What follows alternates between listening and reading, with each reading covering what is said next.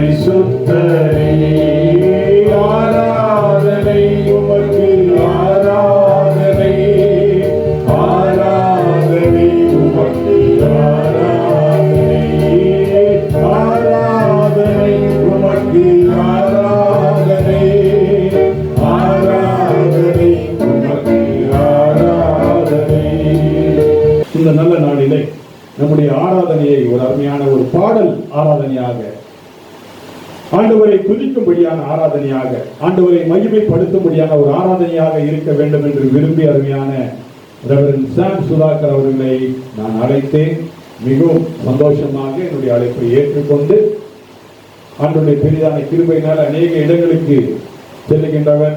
நமக்காக ஆண்டவர் இந்த நல்ல நாளை பிரத்யேகமாக அவர் நம்முடைய ஆலயத்திற்கு வர வேண்டும் என்று சொல்லி விரும்பி ஆண்டவர் நமக்கு அவரை அழைத்து கொண்டு வந்திருக்கின்றார். ஆகவே துதிகளினாலும் பாடல்களினாலும் ஆண்டவரை மகிமைப்படுத்தி இந்த ஆராதனை முழுக்க அவருடைய கரங்களை கொடுத்த பிற்பாடு அவரும் நமக்கு ஆண்டவருடைய வார்த்தையை நமக்கு கொடுக்கும்படியாக இந்த நல்ல நாளிலே அருமையான ரெவரண்ட் சாம் சுதாகர் அவர்களை அழைக்கின்றேன். கரங்களை தட்டி நாம் வரவேற்போம்.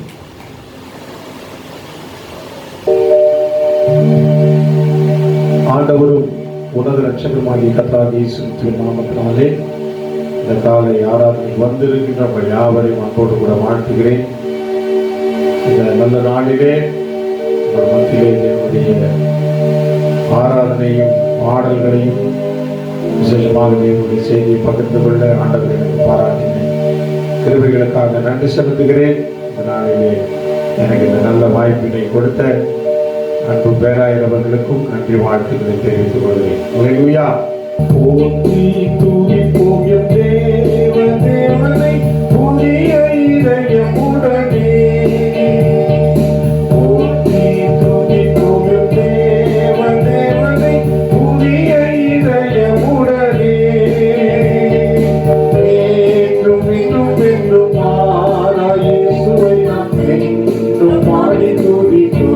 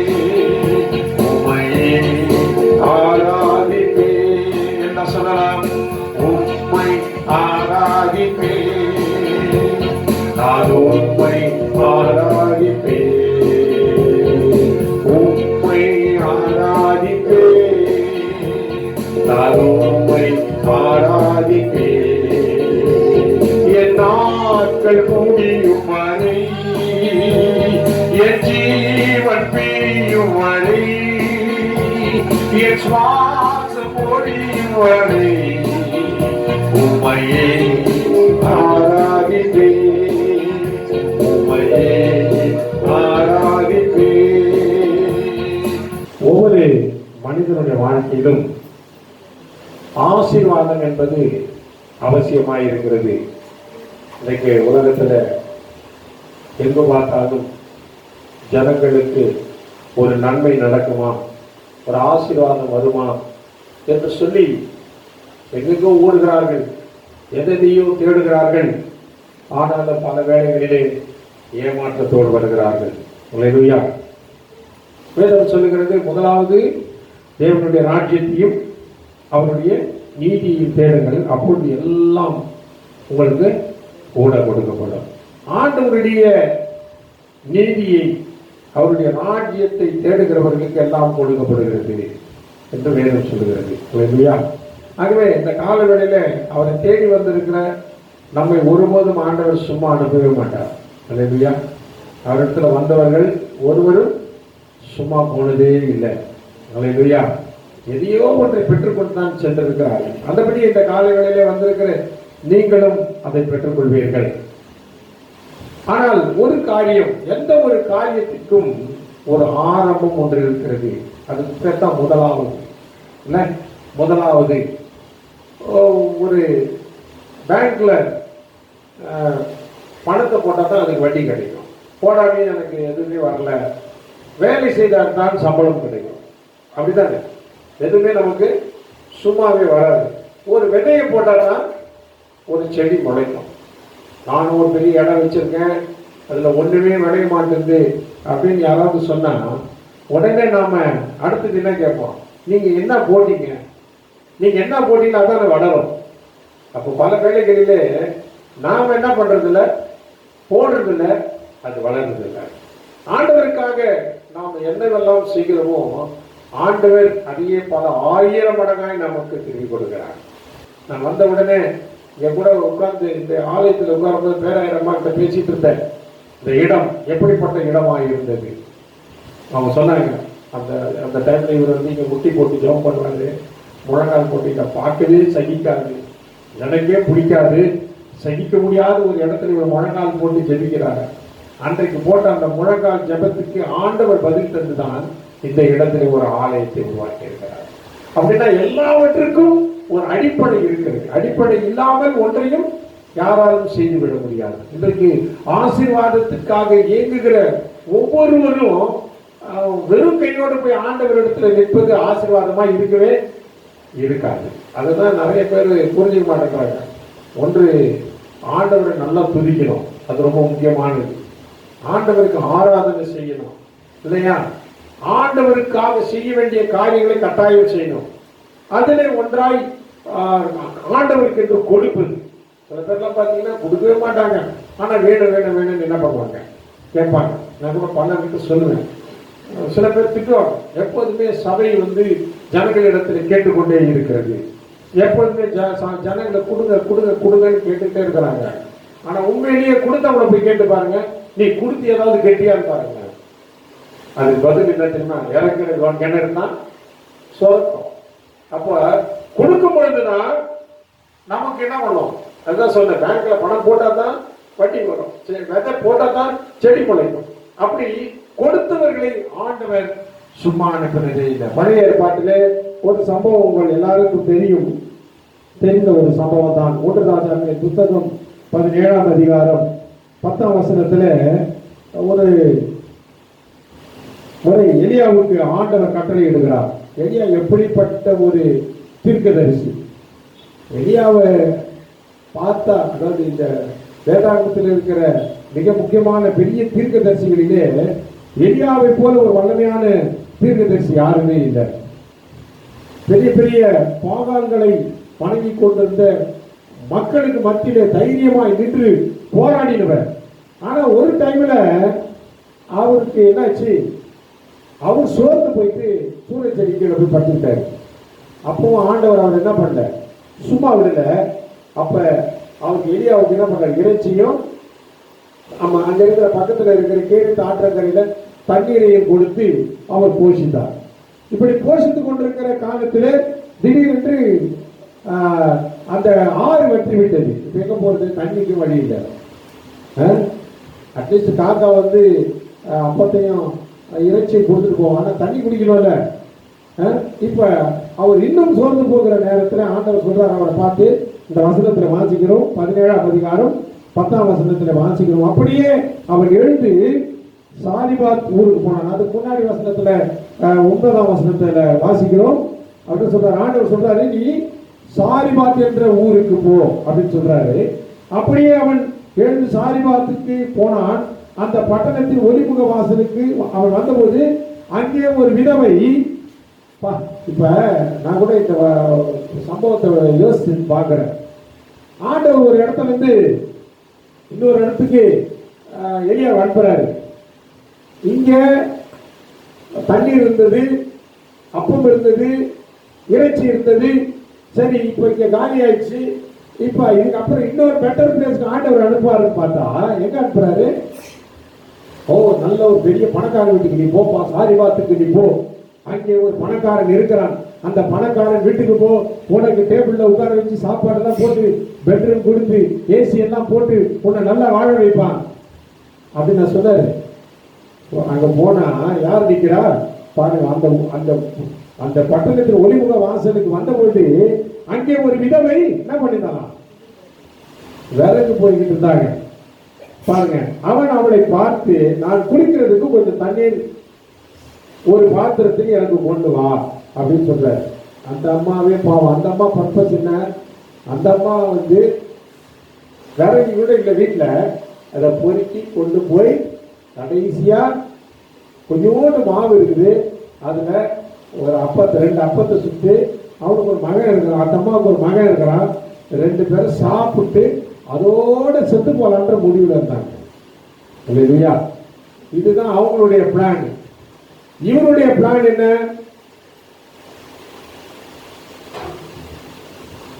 இவருடைய பிளான் என்னன்னா, அந்த ஊருக்கு போவார், சாரிபாத் என்ற ஊருக்கு போனா ஆண்டவர் நம்மை சிறப்பாய் வாழ வைப்பார் என்ற பிளான்ல போறாரு. அங்க போய் எந்த அம்மா கிட்ட அவர் பேசினாரோ அந்த அம்மாவே இன்னைக்கு தான் அந்த அம்மாவுக்கு கடைசி நாள், வாழ்க்கையை முடிச்சிடலான்ற நிலையில இருக்கிறாங்க.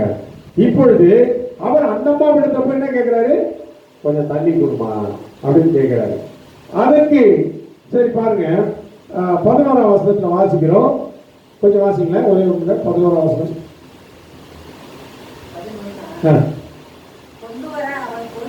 கொண்டு வர அவள் போகிற பொழுது அந்த எலியா தீர்க்கதரிசி அவளை நோக்கி, கொஞ்சம் அப்பமும் உன் கையில. பாருங்க, முதல் தண்ணி கேட்டாரு, இப்ப அவன் பசி தாங்க முடியல, கொஞ்சம் அப்பமா இருந்தா கொடுத்தா நல்லா இருக்குமா அப்படின்னு சொல்றாரு. ஆனா உண்மை என்ன? அந்த உண்மையை அந்த அம்மா சொல்றாங்க 12ஆம் வசனத்துல, அதுக்கு அவள் பானையில ஒரு பிடி மாவும் கலசத்தில் கொஞ்சோண்டு எண்ணெயும் கொஞ்சம் இல்லாமல் என்னிடத்தில் வேறு அடையும் இல்லை என்றால். ஒரு அடை சொல்ற அளவு தான் அவங்க கிட்ட என்ன இருக்கு, மாவும். ஆமா, அப்ப அவர்கிட்ட சொல்றாங்க, உங்களுடைய தேவனாகிய கர்த்தருடைய ஜீவனை கொண்டு உண்மையை சொல்றாங்க, சொல்கிறேன் என்று, இதோ நானும் என் குமாரனும் சாப்பிட்டு செத்து போக இதை எனக்கும் அவனுக்கும் ஆயத்தப்படுத்துகிறதுக்கு 2 விறகுகளை பொறுக்க வந்து. அந்த அம்மாவுடைய பர்பஸ் சொல்றாங்க. இவரு போன பர்பஸ் வேற, அந்த அம்மா பர்பஸ் வேற. இப்போ எலியா தீர்க்கதரிசி அவனை பார்த்து சொல்லுகிறார். அப்படி எலியா அவளை பார்த்து, நீ போய் உன் வார்த்தையின்படியே ஆயத்தப்படுத்தி, நீ என்ன சொன்ன, உங்ககிட்ட கொஞ்சமாவது கொஞ்சம் என்ன தானே இருக்கிறேன்னு சொன்ன, அதே மாதிரி செய். ஆனால் அடுத்த வசனத்தில் சொல்றாரு, ஆனாலும் அதிலே எனக்கு ஒரு சிறிய அடையை பண்ணி என்னிடத்தில் கொண்டு வா, பின்பு உனக்கும் உன் குமாரனுக்கும் பண்ணலாம். இல்லையா? எப்பவுமே நம்ம வந்து காணிக்கை கொடுக்கும்போது, தசமபாகம் கொடுக்கும்போது இப்படி யோசிக்கணும், இருக்கிறதெல்லாம் கொடுத்துட்டா என்ன ஆகும், போகிறதுக்கு பஸ்ஸு கூட காசு இருக்காது போடுது, அடுத்த வேலை சாப்பாட்டு கூட வழி இருக்காது போல இருக்கு அப்படிலாம். நான் ஒரு முறை, இப்போ ரீசெண்டாக ஒரு முறை ஒரு இடத்துல பிரசங்கிக்க போயிருந்தேன். போனப்ப திடீர்னு காணிக்கை பையை கொண்டு வந்து முன்னாடி நிற்கிட்டாங்க. பாக்கெட்டில் கை விட்டு பர்ஸில் பார்த்தா ஒரே ஒரு 500 ரூபாய் ஒன்று தான், வேறு ஒன்றுமே இல்லை. பட்டுன்னு எடுத்து போட்டேன். ஏன்னா ஒரு ப்ரெஸ்டேஜ் வேறு, எல்லாரும் பார்க்குறாங்க, என்னன்னா இவரை பிரசங்காத காணிக்கை போடலன்னா எப்படின்னு சொல்லிட்டு இருந்த 500 ரூபாய்க்கு போட்டுட்டேன். போட்டு முடிச்சுட்டு சரி கத்தர் பார்த்துக்கலாம்னு சொல்லி பிரசங்கமும் பண்ணிட்டு, விசுவாசமாக பிரசங்கமும் பண்ணிட்டு வந்துட்டா பாருங்க, வீட்டுக்கு போனால் நம்ம என்ன பண்ண போகிறோம், கையில் இருந்த 500 ரூபாய் கூட காலி பண்ணிட்டோமே அப்படின்னு நினச்சிட்டே வரோம். வீட்டுக்கு வரத்துக்குள்ள ஒரு ஃபோன் வருது. பார்த்து நீங்கள் எங்கே இருக்கிறீங்க அப்படி ஏன்பா சொல்லுங்க, என்ன விஷயம், அர்ஜென்ட்டாக ஒரு சாங் பாடணும், இது வந்துக்கிட்டே இருக்கிறேன் அப்படின்னாரு. அப்படியா, சரி நான் வாங்க வீட்டுக்கு வாங்க அப்படின்னு வந்தவர் ஒரு பாடலை கொடுத்தார், கூடவே 10,000 ரூபாய் கட்டியும் கொடுத்தார். இல்லையா? நான் பாட போய் நான் காணிக்க போனது என்ன நினைச்சேன், ஐயோ நான் 500 ரூபாயை போட்டுட்டா இன்னைக்கு செலவுக்கு என்ன பண்ணுறது. ஆண்டவருக்கு தெரிந்து பாருங்க, இங்கே 500 ரூபாய் போட்டு வாங்க, அங்கே 10,000 ரூபாய் எனக்கு ஆண்டவர் ஏற்பாடு பண்ணிட்டார். இல்லையா?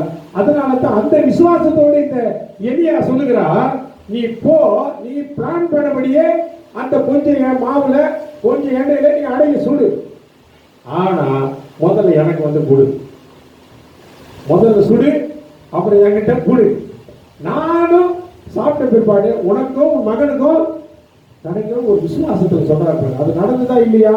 அதுக்கப்புறம் அடுத்த வசனத்துல வாசிக்கிறோம், அவள் போய் எலியாவின் சொற்படியே செய்தால் அவளும் இவனும் அவள் வீட்டாரும் எப்படி போட்டிருக்கு, அநேக நாள் சாப்பிட்டார்களாம். அன்னைக்கு ஒரு நாள் சாப்பிட்டாங்க போட்டிருக்கேன், அநேக நாள். பாருங்க, அதுக்கு அடுத்த வசனத்துல இன்னொரு ரொம்ப அழகா போடப்பட்டிருக்கிறது.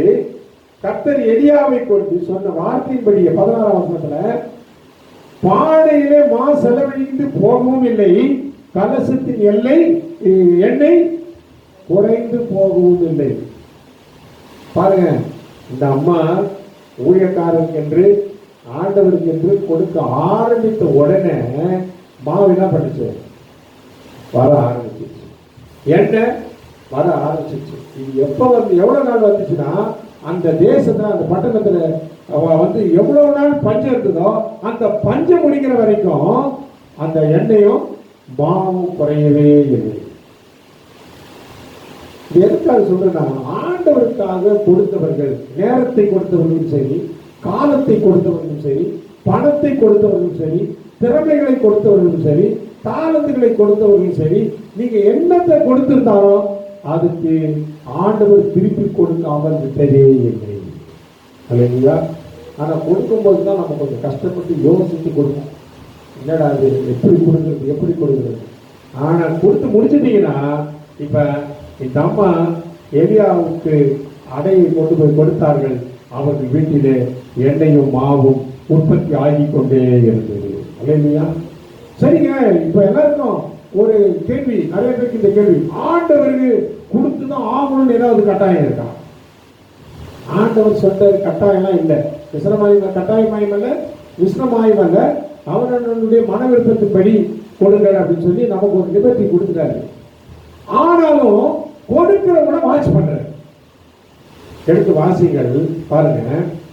லூக்கா 21ஆம் அதிகாரம் 1ஆம் வசனத்திலே வாசிக்கிறோம். அவர் கண்ணேறிட்டு பார்த்தபோது, எங்க இயேசுநாதர் ஆலயத்தில் போய் உட்கார்ந்துருக்கிறாரு. ஆலயத்தில் உட்கார்ந்துட்டு இருக்கும் பொழுது எங்க பார்த்துட்டு இருந்தாரா, போடப்பட்டிருக்கிறது. அவர் கண் ஏறிட்டு பார்த்த பொழுது ஐஸ்வர்யவான்கள் காணிக்கை பெட்டியிலே தங்கள் காணிக்கைகளை போடுகிறதை கண்டார். காணிக்கை போடுறத ஆண்டவர் பார்க்கல. எங்கேயோ இருக்கிற ஆண்டவர் நீங்க என்ன போடுறீங்கன்னு என்ன பண்றாரு, பார்த்துட்டு இருக்கிறாரு. நாம இங்க அவர் இருக்கிறாரு நம்புறோம். அப்ப நம்ம என்னென்னலாம் செய்யணும்னு பார்க்கறாரா இல்லையா? கண்டிப்பா பார்ப்பாரு. நம்முடைய காரியங்கள், நம்முடைய தசம பாருங்கள், நம்முடைய காரியங்கள் எல்லாவற்றையும் ஆண்டவர் பார்க்கிறவராய் இருக்கிறார். சில நேரங்களில் காணிக்கை பற்றி தசமவாதத்தை பற்றி பேசினா ஜனங்களுக்கு கோபம், எப்ப பாரு இதே பேசுறாங்க, எப்ப பாரு இதே பேசுறாங்க அப்படின்னு. நேற்று கூட ஒரு போலீஸ் ஆபீசரை சந்திச்சேன். அவர் பேசிக்கிட்டு இருக்கும்போது அவர் சொன்னார், எங்க மனைவி ரொம்ப வைராக்கியமான கிறிஸ்தவர்கள், அவங்க வந்து சொல்லுவாங்க, கடவுளுக்காக நிறைய கொடுங்க, நிறைய கொடுங்க, நிறைய கொடுங்கன்னு சொல்லுவாங்க. நான் சொல்லுவேன், கொடுத்து கொடுத்து உங்க பாஸ்டர் தான் வளர்த்துருக்கிறாரு அப்படின்னு சொல்லுவேன். அப்படின்லாம் சொல்லுவாரு, சொல்லி திட்டுவார். நான் சொன்னேன் அவரை பார்த்து, சார் இது உங்களுடைய ஐடியா, உங்களுடைய பதில். ஆனா இன்னொரு பக்கம் இன்னொரு பதில் இருக்கு தெரியுமா? அது என்ன தெரியுமா? அந்த பதில் என்னன்னா, நீங்க ஒருவேளை கொடுக்காம இருந்து பாருங்க, இன்னைக்கு ராத்திரி ஒரு வயிற்று வலி வந்துச்சுன்னு வச்சுக்கோங்க, உடனே ஒரு டாக்டர் கிட்ட போறீங்க, அந்த டாக்டர் சொல்லுவோம் உடனே எப்போ ஒரு எம்ஆர்ஐ ஸ்கேன் எடு, கொடுப்பீங்களா? 5000 ரூபாய் 5 நிமிஷத்துல கொடுத்துருவீங்க. அப்போ அந்த காசு எங்க இருந்து வரும் யாருக்குமே தெரியும். அவசியப்பட்டா நீங்க என்ன பண்ணுவீங்க, எங்க இருந்து வேணாலும் யாருக்கு வேணாலும் கொடுப்பீங்க. ஆனா ஆண்டவருக்காக கொடுக்கணும் போது பலவிதமான கேள்விகளை கேட்கிறீர்கள். நீங்கள் சொன்ன அவரை பார்த்து உங்க வயது என்ன, உங்களுடைய ஆரோக்கியம் எப்படி இருக்கிறது என்று கேட்டேன். சார் நான் நல்லா இருக்கிறேன் சார், எனக்கு ஒரு குறைவு இல்லை. அதுக்கு என்ன காரணம் தெரியுமா? மனைவி போட்ட பேங்க் தான்.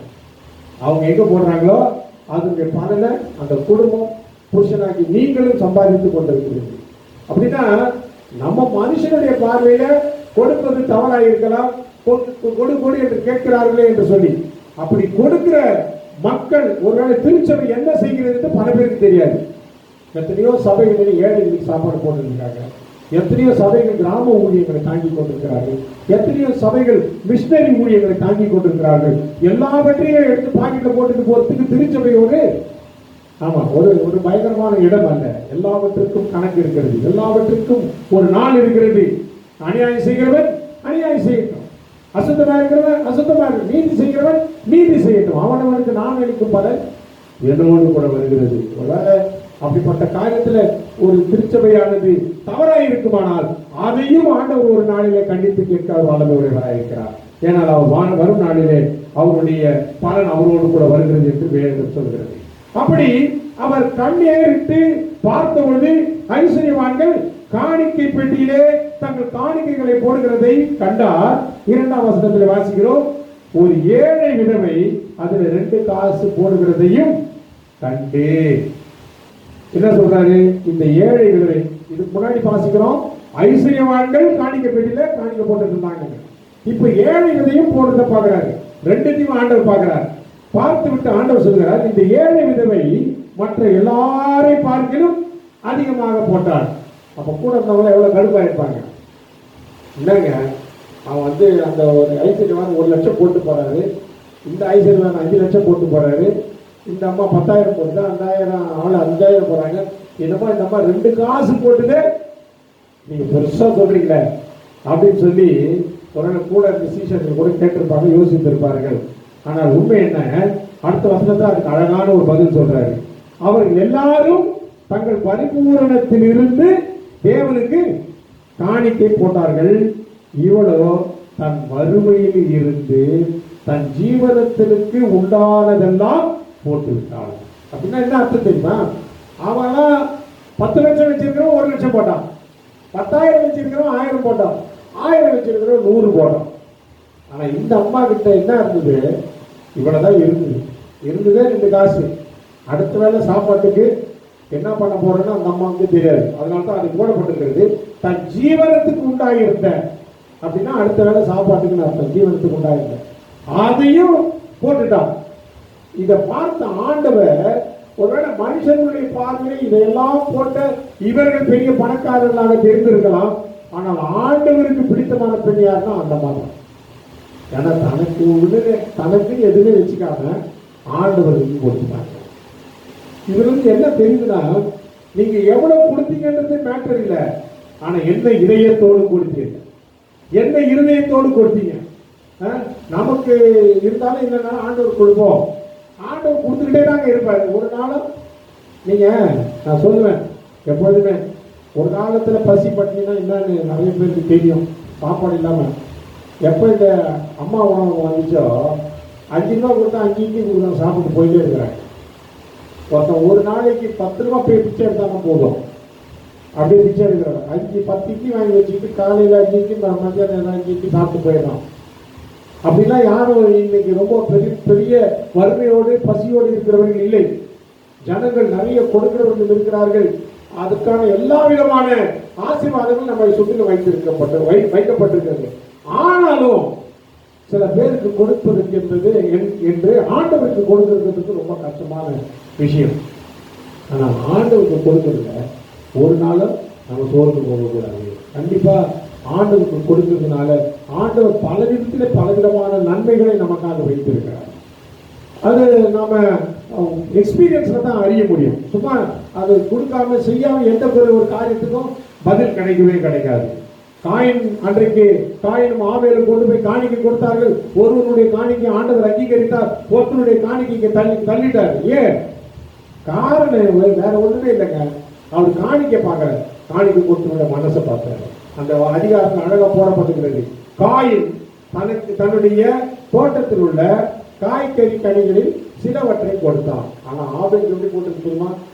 ஆபேலுக்கு போடுறது அழகா போடப்பட்டிருக்கிறது. ஆபேல் தன் மந்தையில் உள்ள தலையீற்றுகளிலே கொழுமையானதை செழுமையானதை கொண்டு வந்து என்ன பண்ணான்? அப்ப நீங்க ஆண்டவருக்கு கொடுக்கறதுல எதை பெஸ்டா கொடுக்குறீங்க அது பாக்குறாரு. காயின் கொடுத்தான், ஆபேலுக்கு கொடுத்தான். காயின் வந்து ஆபேல் பெஸ்ட கொடுத்தான், காயின் ஜஸ்ட கொடுத்தான். he gave just. ஏதோ ஒரு காய்கறி கனி, அவ்வளவுதான். அவன் சொல்ல, நான் இப்பொழுது போவேன், என் தோட்டத்துக்கு போவேன், அங்கே இருக்கிற ஒரு சிறப்பான ஃப்ரெஷ்ஷான ஒரு காய்கறியை கனிகளை நான் கொண்டு வந்து கொடுப்பேன்னு சொல்ல சொல்லுதுன்னா காய்கறி கனிகளை கொடுத்தான். அது ஸ்பெசிபிகேஷனே இல்லை. ஆனா ஆவேலுக்கு ஸ்பெசிஃபை பண்ணி ரெண்டு நான் சொல்லியிருக்காரு. அவன் தன் தலையீற்றுகளிலே ஆட்டு மதுல நிறைய ஆடு இருந்தது, அதுல பெஸ்ட் செலக்ட் பண்ணி கொண்டு கொடுக்கிறான். அதனால கொடுக்கிறவருடைய இருதயத்தை ஆண்டவர் பார்க்கிறார். அப்ப கொடுக்கிறவர்கள் மனப்பூர்வமாய் கொடுக்கும் பொழுது, உண்மையாய் கொடுக்கும் பொழுது, ஆண்டவருக்கு முக்கியத்துவம் கொடுக்கும் பொழுது, ஏன் எதுக்குன்னு கேட்காம கொடுக்கும் பொழுது உண்மையிலே ஆண்டவர் அதற்கேற்ற பலனை கொடுக்கிறார். சாரிபார், நான் ரொம்ப ஆச்சரியப்பட்டேன். ரெண்டு இடத்துலையுமே விதவையை தான் ஆண்டவர் பயன்படுத்துறாரு. அப்ப விதவைகள் மேல ஆண்டவர் உண்மையில ஒரு கரிசனை உடையவராக இருக்கிறார். நம்ம நினைக்கிற மாதிரி இல்லை.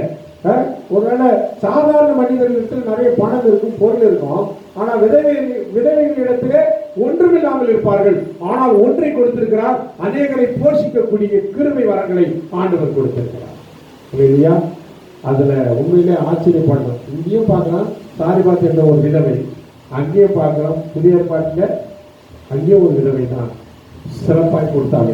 ஆகவே கொடுக்கிறவர்கள் யார் என்றது முக்கியம் இல்லை, கொடுக்கிறவங்களுடைய மனது ரொம்ப முக்கியம். அவர்கள் உண்மையாய் ஆண்டவருக்கு கொடுத்தபடினால் அவங்க இருவருடைய வாழ்க்கையும் ஆண்டவர் ஆசீர்வதித்தார். அந்தபடியே இந்த வார்த்தைகளை கேட்கிற, ஆண்டவருக்கு கொடுக்கிற, ஆண்டவருக்கு நேரங்களை, காலங்களை, பணத்தை, தசமபாகத்தை, காணிக்கையை நீங்க என்னெல்லாம் கொடுக்கிறீங்களோ அவைகள் எல்லாவற்றிற்கும் ஆண்டவர் இரட்டிப்பான ஆசீர்வாதங்களை பல ஆயிரம் மடங்காய் தந்து ஆசீர்வதிக்க அவர் வல்ல கொண்டவராக இருக்கிறார். கண்களை மூடி நாம் ஜெபிக்கலாம். நல்ல ஆண்டவரே, இந்த வார்த்தைகளுக்காக நாங்கள் நன்றி செலுத்துகிறோம். வேதாகமத்தில் உள்ள பல சம்பவங்கள் எங்கள் வாழ்க்கையை மாற்றுவதற்கு, அந்த கருத்துக்கள் எல்லாம் நாங்களும் ஆசீர்வதிக்கப்படுவதற்கு, அது எங்களை ஆசீர்வாதமான பாதைக்குள்ளாய் நடத்துவதற்காக தான் என்று நாங்கள் அறிந்து இந்த வார்த்தைகளினாலே இந்த காலவேளையிலே நாங்கள் பலப்படுகிறோம். இந்த வார்த்தைகளை கேட்ட ஒவ்வொருவருக்குள்ளும் ஆண்டவரே, நாங்கள் இன்னும் ஆண்டவருக்காய் எதையாவது செய்ய வேண்டும், அதிகமாய் செய்ய வேண்டும் என்கின்ற எண்ணத்தை நீர் தந்து அந்த பரலோக ஆசீர்வாதங்கள் இன்னும் ஆண்டவருடைய பிள்ளைகள் அனுபவிக்க என் தேவன் அனுக்கிரகம் செய்தினாக. ஆண்டவரே, கொடுத்ததினாலே, சாரிபாத் விதவை கொடுத்ததினாலே அந்த பஞ்ச காலங்கள் எல்லாம் ஆண்டவரே அந்த பட்டணத்திலே அவளே சிறப்பு பெற்றவளாக இருந்தாள் என்று வேதம் சொல்லுகிறது. ஆண்டவரே, அதுபோல புதிய ஏற்பாட்டிலே அந்த விதவை 2 காசை தன் ஜீவனத்துக்கு உண்டானதை கொடுத்த பொழுதும் ஆண்டவரே உம்முடைய பார்வையிலே அவள் உயர்ந்த ஒரு ஸ்தானத்தில் வைக்கப்பட்டாள் என்று பார்க்கிறோம். அந்தபடியே ஆண்டவரே, இந்த இருவருடைய ஆண்டவரே கருத்துக்கள், இந்த இருவருடைய சம்பவங்கள் எங்கள் வாழ்க்கையில உம்முடைய பார்வைக்கு முன்பதாக நாங்கள் உயர்த்தி வைக்கப்பட, உங்களுடைய ஆசீர்வாதத்தை அனுபவிப்பதற்கு எங்களை தகுதி உடையவர்களாய் நீ மாற்ற வேண்டும் என்று சொல்லி இந்த கால வேளையிலே ஆண்டவரே எங்களை தாழ்த்தி உடைய அன்பிற்காரங்களை ஒப்புக் கொடுக்கிறோம். வந்த ஒவ்வொருவருக்குள்ளும் அப்படிப்பட்ட நல் மனதை கட்டளையாக வருகிற நாட்களிலே இவர்கள் ஆண்டவரே உமக்கென்று நிறைவாய் கொடுத்து மேன்மையான ஆசீர்வாதங்களை பெற்றுக்கொள்ள என் தேவன் அனுக்கிரகம் செய்கிறார். முதலாவது தேவனுடைய ராஜ்யத்தை, அவருடைய நீதியும் அதற்குள்ளாய் இருக்கிற அந்த நீதியை நாங்கள் ஆண்டவரை செய்யும் பொழுது உண்மையிலே ஆசீர்வதிக்கப்பட்ட மக்களாய், உம்முடைய பார்வைக்கு நீதி உள்ளவர்களாய், ஆண்டவர் உம்முடைய பார்வைக்கு முன்பதாய் மேன்மை உள்ளவர்களாய் இருக்கிறோம் என்பதிலே சந்தேகமில்லை. அந்தபடியே ஒவ்வொருவரும் உம்முடைய பார்வைக்கு முன்பதாய் நாங்கள் மேன்மை உள்ளவர்களாய் வாழ எங்களுக்கு வேண்டிய எல்லா கிருபை வளங்களை கட்டளையிடுவீராக. எங்களை தாழ்த்துகிறோம், உண்மையே உயர்த்துகிறோம், உடைய திருநாமத்தை மகிமைப்படுத்துகிறோம். சகல துதிகன மகிமை உமக்கு செலுத்துகிறோம். மீட்பர் இயேசுவின் நாமத்தில் உம்முடைய நாமத்தில் வேண்டுகிறோம். ஜெபம் தேடும் எங்கள் ஜீவனுள்ள நல்ல பிதாவே. நாளிலும் நமக்கு ஒரு அருமையான ஒரு செய்தியை கொடுக்கிற சான் சுதாகர் அவர்களுக்கு நம்முடைய தூய தோமா ஆங்கிலிக்கன் திருச்சபையின் சார்பாக அவர்களுக்கு நம்முடைய நன்றிகளை நாம் தெரிவித்துக் கொள்கின்றோம். விசேஷமாக இந்த நல்ல நாளிலும் கூட நம் ஆண்டவருக்கு என்று சொல்லி நாம் கொடுக்க போகின்றோம். இது காணிக்கையின் நேரம். ஆண்டவருக்கு என்று சொல்லி நாம் கொடுக்க போகின்றோம். அருமையான ஒரு வார்த்தையை நாம் கேட்டோம். ஆண்டவருக்கு என்று சொல்லி கொடுத்தவர்கள் யாரும் வெட்கப்பட்டு போனதே கிடையாது, குறைவானது போனதும் கிடையாது. உண்மையாக என்னுடைய வாழ்க்கையிலும் நான் சொல்ல வேண்டும் என்றால், முதலாவது என்னை நான் ஆண்டவருக்கு என்று கொடுத்தேன். ஆண்டவர் என்னை ஒருபோதும் எந்த இடத்திலும் வெட்கப்படுத்தவே இல்லை. இரண்டாவது, என்னுடைய திறமைகளை, என்னுடைய தாளந்துகளை ஆண்டவருக்கு என்று செலவழித்தேன். ஆண்டவர் என்னை மேன்மைப்படுத்தினார். மூன்றாவது, எனக்கென்று சொல்லி உங்களுக்காக நாங்கள் கொடுக்கின்றோம், இந்த காணிக்கை வைத்துக் கொள்ளுங்கள் என்று சொல்லி சொல்லுகின்றவர்களுக்காக நான் நன்றி பாராட்டுகிறேன். அவைகளையும் நான் அப்படியே 50%, 50% அப்படியே திரும்ப நான் ஊழியத்துக்கு என்று சொல்லிதான் நான் கொடுப்பேன். சில நேரங்களிலே சில மனிதர்கள் என்று சொல்லுவாங்க, என்னங்க எதை கொடுத்தாலும் திரும்ப திரும்ப நீங்க ஊழியத்துக்கு செலவு பண்றீங்க, இதை தயவுசெய்து உங்களுக்கு வச்சுக்கிடுங்க அப்படின்னு சொல்லுவாங்க. அப்படி கொடுத்ததிலும் நான் ஆண்டவருக்கு என்று சொல்லிதான் நான் கொடுத்திருக்கிறேன். ஆகவேதான் தேவன் என்னை மேன்மையாக வைத்திருக்கின்றார். உண்மையாக நான் சொல்றேன், பெருமைக்காக சொல்லல. எனக்கு ஒரு குறையை எனக்கு ஆண்டவர் இருக்கிறார். சரீரத்தில் அதிகமான பிரச்சனைகள் உண்டு. சிலர்லாம் நான் பார்க்கும்போது கேட்பாங்க, எப்படி இருக்குது உங்க உடம்பு இப்போ அப்படின்னுவாங்க. தயவுசெய்து அதை பற்றி பேசாதீங்க. நான் அதை சிந்திக்கிறதே கிடையாது. காரணம், என்னை முழுமையா ஆண்டவருக்கு நான் ஒப்படைச்சிட்டேன், முடிஞ்சு போச்சு. என்னையே நான் காணிக்கையா நான் கொடுத்துட்டேன், அவ்வளவுதான். அதனால அருமையான இந்த வார்த்தைகளுக்காக நம் ஆண்டவருக்கு நன்றி செலுத்துவோம். நம்மையும் நமது காணிக்கைகளை ஆண்டவருக்கு என்று சொல்லி நாம் ஒப்படைக்க போகின்றோம். இப்பொழுது அருமையான ஒரு சிறப்பு பாடலை அருமையான ரெவரண்ட் சாம் சுதாகர் அவர்களை நான் பாடுபடியாக நான் கேட்டுக்கொள்கின்றேன். இந்த காணிக்கை நேரத்தில் ஒருவேளை இன்றைக்கு நான் இந்த ஆலயத்தில் நான் வரவில்லை என்று சொல்லுகின்றவர்களுக்காக இந்த ஆலயத்தினுடைய பேங்க் அக்கவுண்ட் நம்பரை நான் உங்களுக்கு நான் காண்பிக்கின்றேன். நீங்கள் அதிலே உங்களுடைய பணத்தை நீங்கள் சென்ட் தாமஸ் சர்ச் என்று சொல்லி அக்கவுண்ட் உண்டு, வங்கி கணக்கு உண்டு. அதிலே நீங்கள் உங்கள் பணத்தை நீங்கள் செலுத்தலாம். அதிலே வாட்ஸ்அப்பும் அதில் ஜிபே நம்பரும் உண்டு. நீங்கள் அதில் நீங்கள் செலுத்தலாம். கர்த்தர் உங்களை ஆசீர்வதிப்பார். இப்பொழுது ஒரு சிறப்பு பாடலை நாம் பாடும்பொழுது, அருமையான சாம் சுதாகர் பாடும் பொழுது நமக்கு காணிக்கை எடுக்கப்படும்.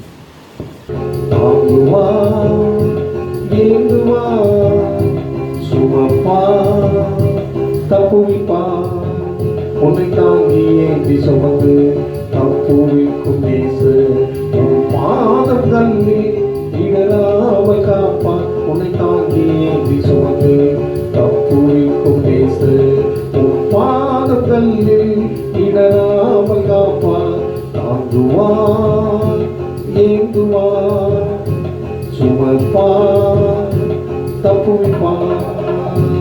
தாங்குவான், ஏந்துவான், சுமப்பான், தப்புவிப்பான்.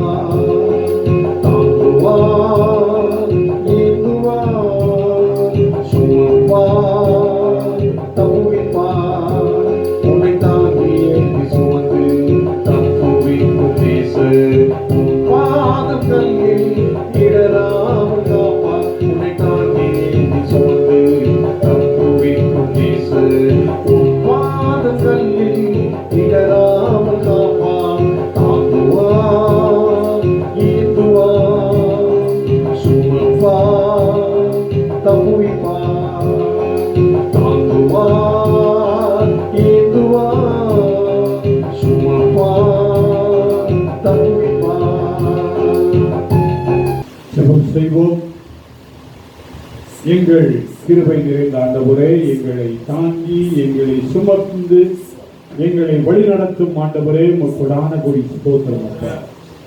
இந்த நல்ல நாளிலும் ஆண்டவரே, உம்மை நாங்கள் தேடி வந்தோம்.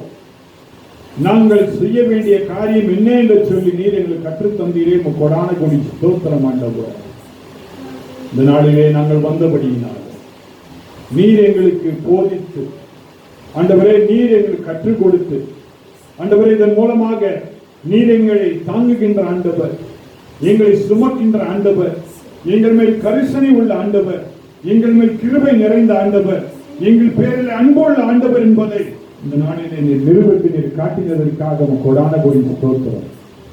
நல்ல நாளிலும் வந்த ஒவ்வொரு திருச்சபை மக்களையும் ஆண்டவரே, பிதா குமாரன் தூய ஆவியின் நாமத்தினாலே நான் ஆசீர்வதிக்கின்றேன். தேவன் தாமே நீர் அங்கீகரிப்பீராக இந்த ஆசீர்வாதத்தை. ஆண்டவரே, இந்த பிள்ளைகள் உண்மை தேடி வந்தார்கள் அப்பா. ஆகவே தொடர்ந்து எல்லா தேவைகளையும் நீர் சந்தித்து நீர் அவளை மேன்மைப்படுத்தும் ஆண்டவரே. ஒரு குறையில்லாத வாழ்க்கையை வாழ இந்த உலகில் வாழும் பொழுது இந்த உலகத்திலே உங்களுக்கு உபத்திரங்கள் உண்டு என்று சொன்ன ஆண்டவர், அடுத்த ஒரு வார்த்தையும் எங்களை பார்த்து நீர் சொன்னீர், திடன் கொள்ளுங்கள், நான் உலகத்தை ஜெயித்தேன் என்று சொன்ன ஆண்டவர் எங்களோடு கூட இருக்கின்றார். ஆகவே திடம் கொண்டு இந்த உலகத்தை நாங்களும் ஜெயிக்க நீர் எங்களுக்கு உதவி செய்ய வேண்டுமாய் நாங்கள் ஜெபிக்கின்றோம். இந்த நல்ல நாளிலும் பாடல் வழியாகவும் உடைய வார்த்தையை ஆண்டவரை எங்களுக்கு கொண்டு வந்த அருமையான உடைய தாசனை உடைய கரத்திலே நாங்கள் கொடுக்கின்றோம். இன்னும் அதிகமாக நீர் எடுத்து பயன்படுத்தும். குடும்பம் முழுக்க ஆண்டவரே உடைய ஆசீர்வாதத்தால் தொடர்ந்து நிரம்ப தேவன் தாமே கிருபை பாராட்டும். இந்த நல்ல நாளிலும் உமக்கு என்று சொல்லி கொடுத்த ஒவ்வொருவரையும் உடைய கரத்தில் தானே கொடுக்கின்றன. கொடுத்த ஒவ்வொரு கரங்களையும் நீர் ஆசீர்வதியும் அப்பா, நீர் ஆசீர்வதியும் அப்பா. உடைய தேவைகள் எல்லாம் சந்தி கொடுத்த காணிக்கையினாலே ஆண்டவரே, இந்த ஆலயத்திற்கான காணியங்களில் ஆண்டவரே அவைகள் பயன்படுத்தும்படியாகும். இன்னும் இந்த ஆலயத்தின் மூலமாக நடைபெறுகின்ற ஒவ்வொரு ஊழியத்திற்கும் அது பயன்படும்படியாகும். இதன் மூலமாக அந்த ஆசீர்வாதம் அனைத்தும் கொடுத்த பிள்ளைகளுக்கு திரும்ப கிடைக்கவும் என் தேவன் தாமே கிருபை பாராட்டுகிறார்கள். உமக்கு எல்லா துதி கனம் மகிமை நாங்கள் செலுத்துகின்றோம். மீட்பர் இயேசு கிறிஸ்துவின் நாமத்தில் ஜெபிக்கின்றோம் எங்கள் நல்ல பிதாவே. ஆமென், ஆமென். நமது ஆண்டவராகிய இயேசு கிறிஸ்துவின் கிருபை, பிதாவாகிய தேவனுடைய அன்பு, பரிசுத்த ஆவியின் ஐக்கியமும் சமாதானமும் நம் அனைவரோடு கூட இன்றும் என்றும் இருப்பாராக. ஆமென். நம் யாவரும் சேர்ந்து சொல்லுவோம், என் ஆத்துமாவே கர்த்தரை ஸ்தோத்திரி, என் முழு உள்ளமையோடு பரிசுத்த நாமத்தை ஸ்தோத்திரி. என் ஆத்துமாவே கர்த்தரை ஸ்தோத்திரி, கர்த்தர் செய்த சகல உபகாரங்களையும் மறவார்.